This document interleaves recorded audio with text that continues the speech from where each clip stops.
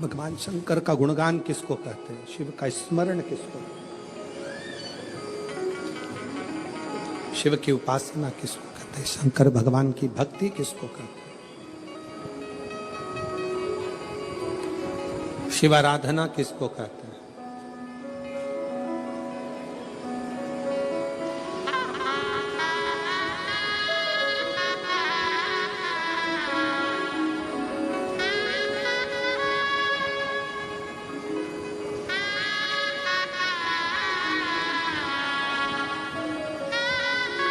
आप जब भगवान शंकर को हृदय से भाव से पुकारोगे, दिल से,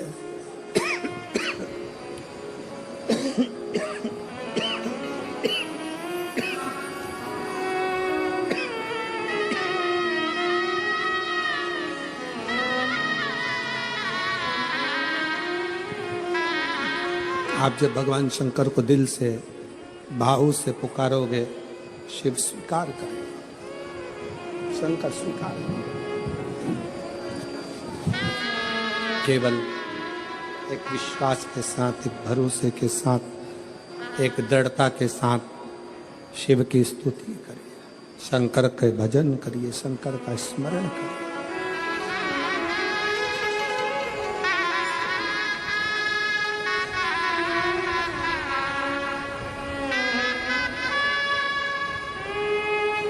भगवान शिव का गुणगान, शिव का स्मरण, शिव की भक्ति जीवन को सुख देती है, आनंद देती है।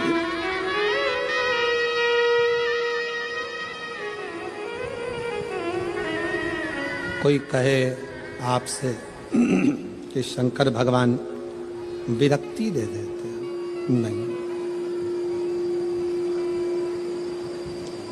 शिव तोड़ते नहीं है, शिव जोड़ते हैं, जोड़ते।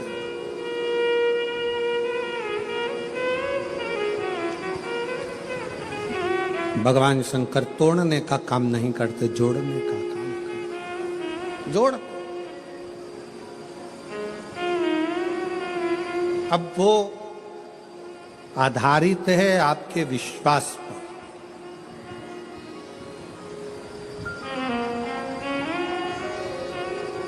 वो आधारित है आपके भरोसे पर, वो आधारित है आपकी दृढ़ता पर।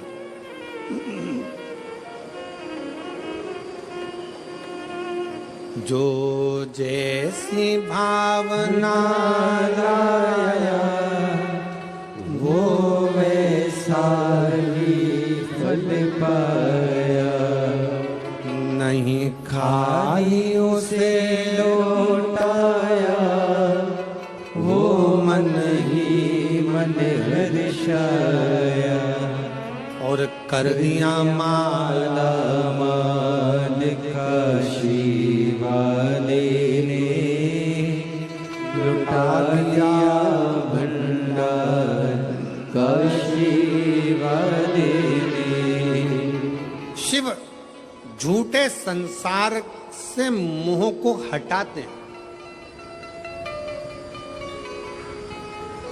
कोई ने कहा शंकर भगवान विरक्ति देते, किससे विरक्ति? सावधान होकर सुनिएगा जरा, किससे विरक्ति? शंकर भगवान आपको किससे दूर करेंगे? जो आपका अहित चाहता,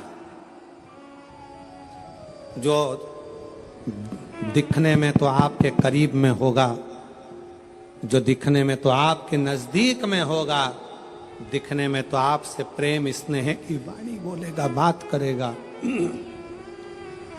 पर अंदर ही अंदर वो आपसे ईर्ष्या कर रहा होगा। ऐसे ईर्ष्या करने वाले से मेरा शिव तुम्हें दूर करता चलेगा। आजा दूर। ऐसा ही फल पाया जो जैसी भावना लाया, वो वैसा ही फल पाया, नहीं खाली उसे लौटाया, वो मन ही मन हर्षाया। आप जितना जितना कोई कहे शंकर विरक्ति किससे विरक्त कर देते हैं, किससे दूर कर देते हैं, तो कहा जो आपके लिए घातक है, जो आपके लिए दुखदाई है, जो आपके लिए कष्टप्रद है, शिव उसको दूर कर देते हैं। शंकर माल काशी वाले ने लुटा दिया भंडार, काशी वाले ने कर दिया माला माल, काशी वाले ने कर दिया माला माल, काशी वाले ने। शिव की आराधना आपको सुख दे, सुख।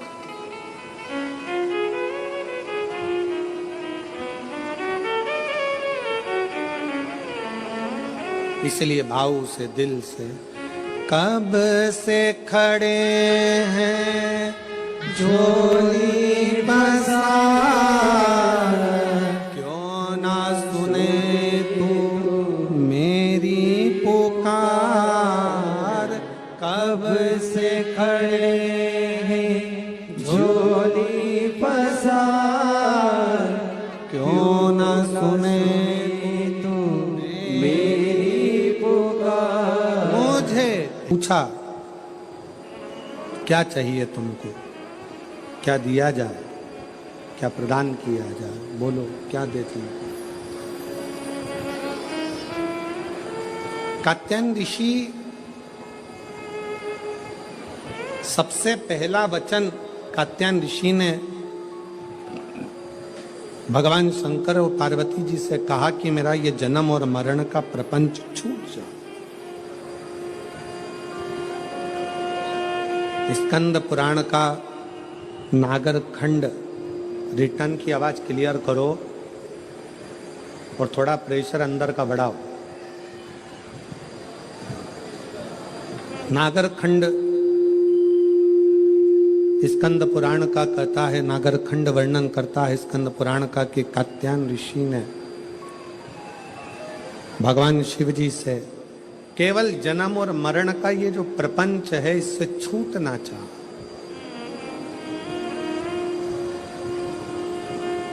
इससे मुक्ति कैसे मिले, इस जन्म और मरण के प्रपंच से हम छूट कैसे जाए। जन्म और मरण के इस प्रपंच से हमारा छुटकारा कैसे हो, इससे छूटे कैसे। तो कहा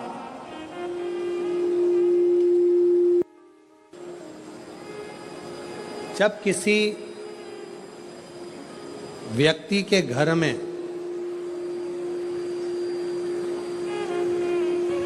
एक बेटी का जन्म होता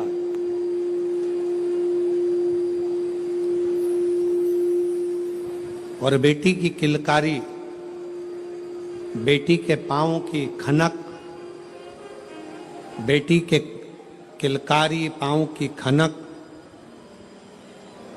बेटी के चरण जब किसी के घर के अंदर आते हैं और यदि शिव कृपा से, भगवान की करुणा से, भगवान की दया से माता पिता उस बेटी की परवरिश कर कर उसका कन्यादान अगर कर देते हैं तो उस माता पिता का भी अगला जन्म नहीं होता, वो इस जन्म और मृत्यु के प्रपंच से छूट गए। अब इससे सरल क्या हो सकता है, जरा विचार करिएगा जरा। बहुत सावधानी से इस कथा का स्मरण करिएगा, बहुत ध्यान से सुनिएगा कि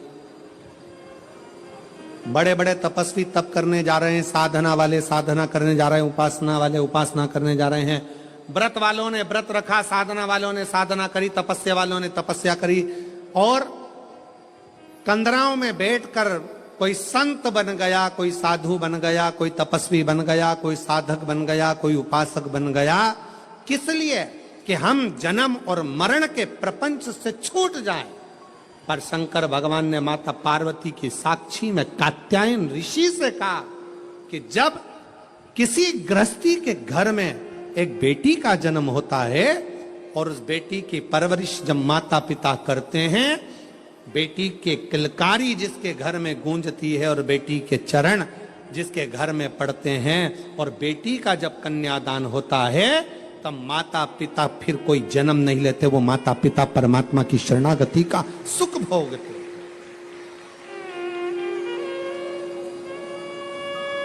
अब इसमें सबसे ज्यादा जरूरी चीज कौन सी है?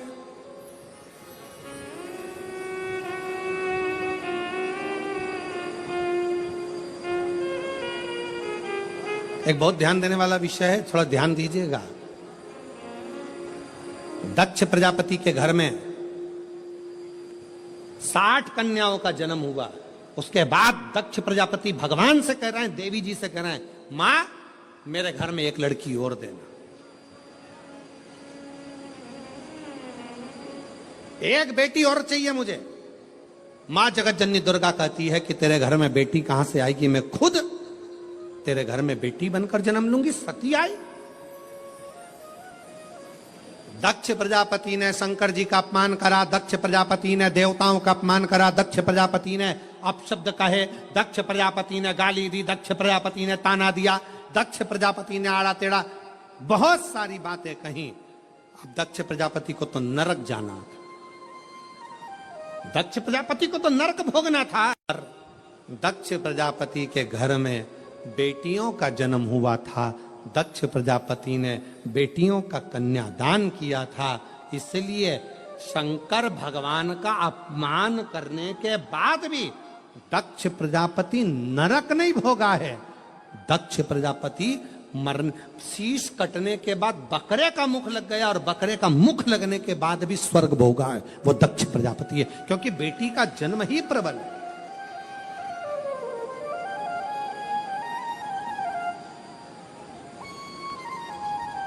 महाराज, सुखी वो नहीं जिनके घर में धन की पेटी है, सुखी वो नहीं जिनके घर में धन की पेटी है, सुखी वो हैं जिनके घर में मुस्कुराती बहू और बेटी है।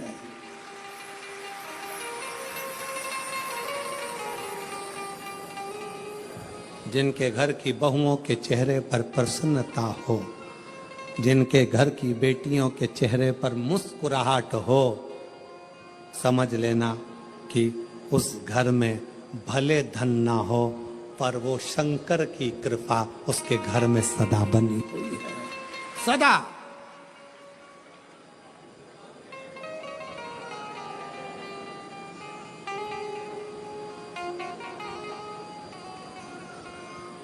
नवरात्रि चल रहे हैं, माँ जगत जननी जगदम्बा से प्रार्थना करा करो कि तू मेरे घर में एक बार जरूर आना। माँ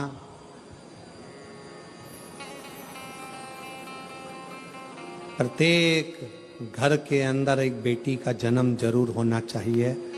माँ और बाप को दूसरा जन्म नहीं लेना पड़ेगा, वो भगवान शंकर के धाम में खूब आनंद के साथ कैलाश पर बैकुंठ में स्वर्ग के सिंहासन पर बैठेगा। स्वर्ग सिंहासन में माननीय विधायक महोदय श्री राजेश दादा पांडवी जी को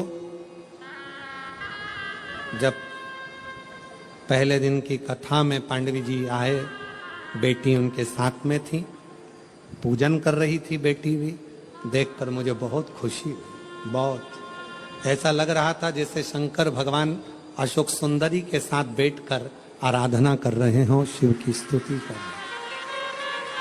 मैं पांडवी जी को इसका लिए धन्यवाद देता हूं। साधुता,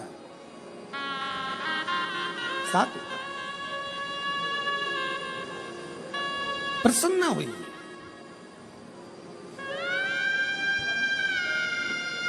बेटे के जन्म पर जितने नगाड़े बजवाते हो उससे दुगना नगाड़ा बेटी के जन्म पर बजवाना। क्यों? बेटे का जन्म हुआ है तो दूसरी बार जन्म तुम्हें पृथ्वी पर लेना पड़ेगा, वापिस आना पड़ेगा और अपना कर्म का भोग भोगना पड़ेगा, फिर जन्म लेना पड़ेगा। पर घर में अगर एक बेटी का भी जन्म हो गया तो दूसरी बार जन्म नहीं लेना पड़ेगा, इसलिए ज्यादा नगाड़े बजवाना कि अब मेरा आखिरी जन्म है, अब जन्म नहीं लूंगी। अगर बेटी का घर में जन्म हो गया तो अब जन्म नहीं लूंगी। बहारो फूल बरसा मेरे घर बेटी आई है, मेरे घर बेटी आई है। फिर से जन्म नहीं पाऊं। यहाँ पर जन्मदिन की पार्टी एक दिन की होती हो, दुनिया के यहाँ जन्मदिन की पार्टी 2 दिन की होती हो, 2 महीने की होती हो, 4 महीने की होती हो, हर साल जन्मदिन पे होती हो। हिमालय राज के यहाँ जब तक पार्वती जी का कन्यादान नहीं हो गया तब तक रोज पार्वती जी के जन्म का उत्सव मनता था, प्रतिदिन प्रतिदिन।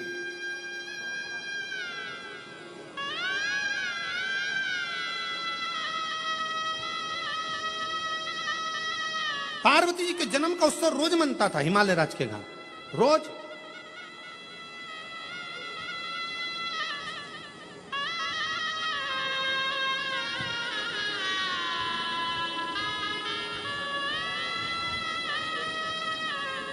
एक दिन इंद्र के मन में आया और इंद्र ने जाकर पूछ लिया हिमालय राज से, इतनी प्रसन्नता क्यों है? हिमालय राज ने कहा, बड़ी प्रसन्नता का विषय यह है कि आज मेरे घर में बेटी का जन्म हुआ है। तो बेटी तो तुम्हारी 7 वर्ष की हो गई, जन्मदिन तो जब जन्म हुआ था तब मनाना था, तुम तो रोज जन्मदिन मनाते हो बेटी का, रोज जन्मदिन, प्रतिदिन। हिमालय राज ने कहा, शास्त्र